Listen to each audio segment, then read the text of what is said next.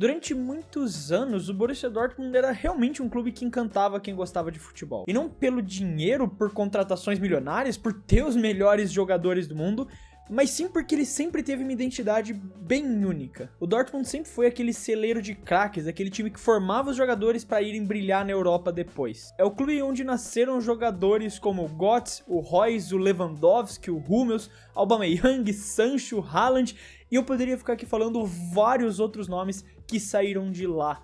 E mesmo com o orçamento limitado do time, ele ainda assim conseguia formar esses nomes e bater de frente com o Bayern de Munique pelo título da Bundesliga. E o grande ápice desse time foi aquela final da Champions League de 2013, porque daqueles 11 titulares que começaram a partida, 8 tinham menos de 25 anos de idade. O Borussia não só representava, mas como também inovou na questão do futebol mundial em como competir. Ele revelava, potencializava e vendia bem, mas antes de tudo, ele jogava bola. Então como é que o Borussia Dortmund, que tinha exatamente essa filosofia de montar times jovens que jogavam futebol, como uma das filosofias ali mais respeitadas da Europa, se transformou num time sem filosofia e sem rumo nenhum, e que hoje não consegue nem mais competir com o Eintracht Frankfurt e o RB Leipzig? E é exatamente sobre isso que a gente vai falar no vídeo de hoje. Se antes o Dortmund era um grande símbolo de renovação, hoje ele é só um retrato do gigante que desaprendeu a ser grande. Lá atrás, quando o mundo ainda via o Borussia Dortmund como esse time alternativo, esse time corajoso,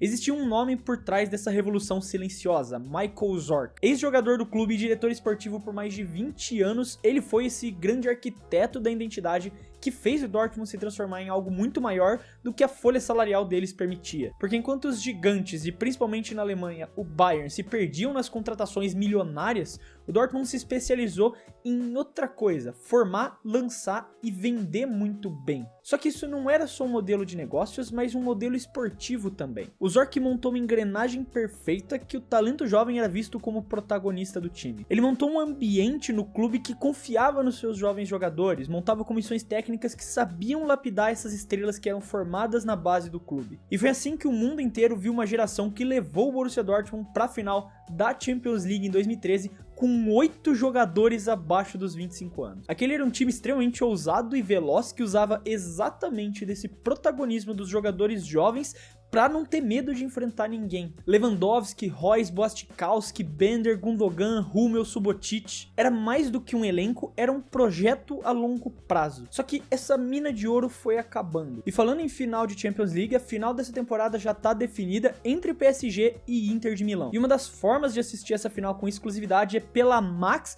que você pode assinar pela Wallplay, parceira do Clube do Fut. A Wallplay é o serviço de streaming da Wall que engloba vários pacotes e serviços de streaming diferentes, um deles a própria Max. Atualmente você pode assinar 2 planos pagando o mensal por R$ 39,90 e o anual de R$ 29,90 por mês, e além disso você ganha junto R$ 40 para usar na ingressos.com todos os meses se você assinar o pacote anual. Então, além de você ter direito a toda a programação da Max, assistir um The Last of Us, assistir a final da Champions e a Champions League da temporada que vem também, além de todos os outros filmes e séries que você encontra lá, você também ganha R$ 40 por mês para usar na ingressos.com, para você ir no cinema, ver shows, fazer como você quiser. E cara, é um pacote absurdo porque você vai estar pagando R$ 30 para ter acesso a Max e vai ganhar R$ 40, R$ 10 a mais para você poder usar na ingressos.com. Para garantir essa promoção é só clicar no link do comentário fixado aqui do vídeo que você já vai ser redirecionado para o site e vai ter acesso a essa promoção exclusiva do Wallplay em parceria com o Clube do Fut. Então eu quero agradecer ao Wallplay pela confiança aqui no canal. Agora bora voltar pro vídeo. E tudo começou a desandar quando Zorc sai do time e dirigentes com visões mais imediatistas e pensando no lucro a curto prazo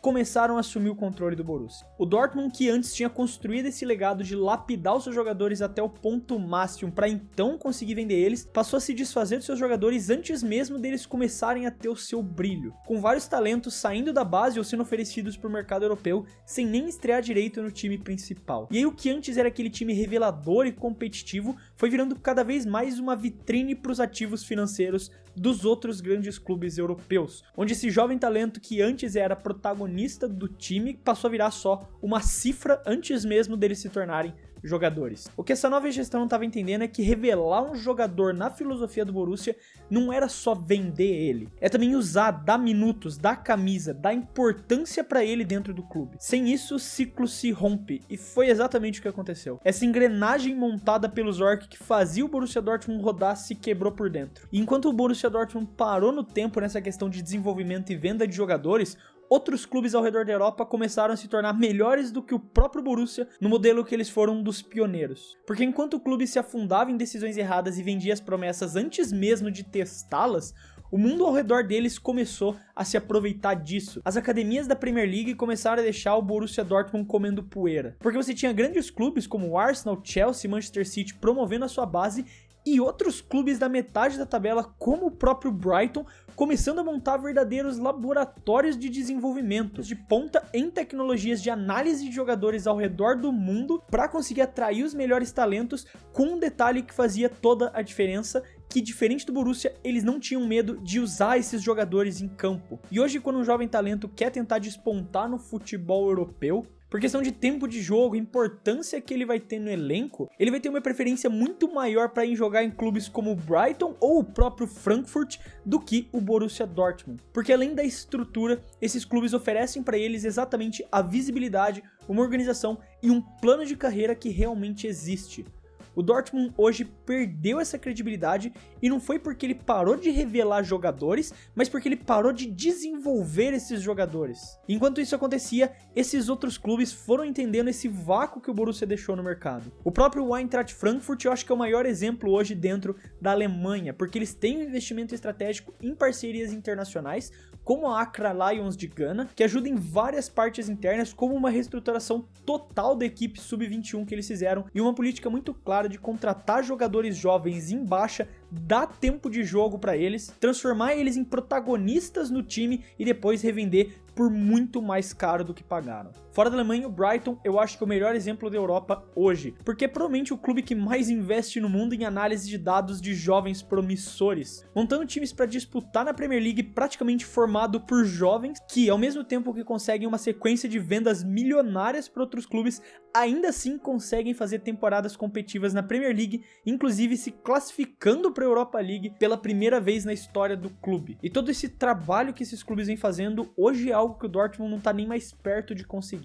Enquanto o Borussia se estagnou nessas ideias ultrapassadas, esses clubes começaram a pegar o espaço que o próprio Borussia Dortmund deixou do que eles faziam no passado e estão fazendo melhor do que eles fazem hoje. E não é só fora de campo que o Borussia também vem ficando para trás, porque dentro da própria sede o clube virou uma panela de pressão. O que nesse Borussia Dortmund do passado era um ambiente coeso, que todo mundo falava a mesma língua e seguia a mesma filosofia, virou um território de guerra civil, com gente puxando para um lado e gente puxando para o outro. O ex-diretor do clube, Sven Mislintat, por exemplo, chegou a bater de frente com alguns nomes internos como Nuri Sahin e o Sebastian Kell, dois ex-jogadores ídolos do clube que agora fazem parte da diretoria esportiva, por questões políticas de poder e que respingavam nas contratações do clube. E por conta disso, nenhuma decisão saía do papel. O clube travava em várias decisões políticas e a escolha dos jogadores também travava por conta disso. Era basicamente um cabo de guerra interna de onde eles deviam investir, que jogadores eles deviam contratar, e no final das contas todo o planejamento vai pro ralo. O técnico quer um jogador, a diretoria quer outro, outros membros da diretoria querem outro jogador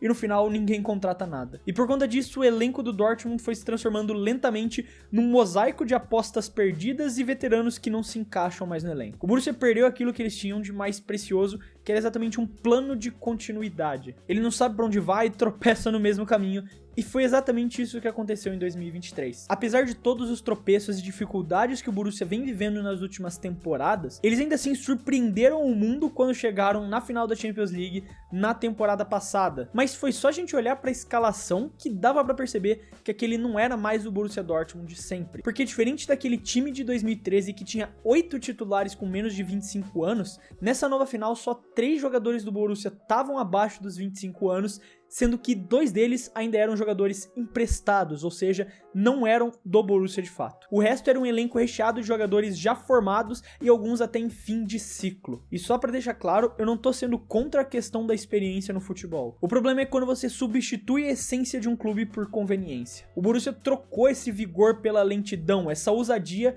pela previsibilidade. Ele trocou essa identidade que transformou ele num grande clube alemão pela mediocridade. Virou um time que não sabe mais o que é. Isso ficou claro nos resultados dessa temporada. Instabilidade na Bundesliga, um desempenho vergonhoso nessa Champions League, com atuações apáticas em vários jogos decisivos. A alma do clube ficou pra trás, e quando você perde a sua alma, nem a camisa pesa mais como antes. O Borussia Dortmund ainda é gigante, ainda tem camisa, torcida, história, só que eles precisam parar tudo, olhar pro espelho e lembrar de quem eles foram. Aquele clube que encantava a Europa com os jovens talentos, que jogava sem medo, que revelava craques em série e não vendia sua alma por promessas vazias. Porque enquanto clubes como o Brighton e o Frankfurt beberam dessa água, aprenderam com eles, o próprio Borussia Dortmund parece ter esquecido o que tornou eles especial. E se continuar nesse caminho, vai acabar virando só uma lembrança melancólica de um clube que tinha tudo nas mãos e escolheu abrir a mão de tudo. Mas aí tá, o que aconteceu com o Borussia Dortmund? Eu quero saber a sua opinião, o que você pensa sobre esse assunto, se você concorda, discorda. Não esquece de deixar aí nos comentários o que você pensa. Lembrando aqui que se você gostou do vídeo e quiser ajudar o Clube do Fute,